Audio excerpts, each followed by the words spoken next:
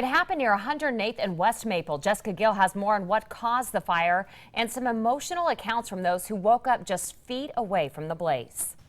We saw the lights and then we looked outside the window and yeah, the whole street was lit up by the fire. The biggest fire he's ever witnessed, Christian Moran knew he had to capture it. What looks devastating in the video was for many that lived there. It looked about 20 feet tall, the size of the flames. It was horrible. When I started seeing it that intense, I just started crying because I could just imagine the devastation.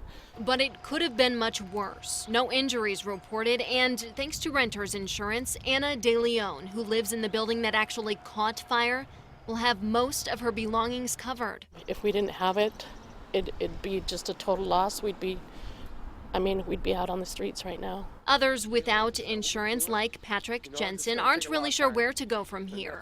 Somehow, though, he can't help but feel lucky. I'm very thankful that I'm standing here talking to y'all. And sorry, I got tears, but it's tough. Especially tough to swallow now that officials have released the cause of this fire, which is careless use of a charcoal grill. It's just something that could have been prevented. And I think every apartment complex should take notice in this.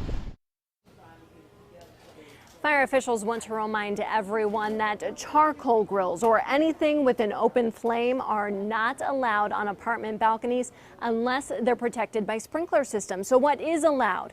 Well, electric grills, those are a go, and so are propane grills, as long as the tank is less than 2.5 pounds, and in that case, you would use one of these small 1-pounders. So, Jessica, do we know if the person that was grilling will be fined for something like this? I did speak with Omaha's fire chief over the phone today, Mallory. He says, yes, they are exploring the option of citing the person responsible. All right, thank you.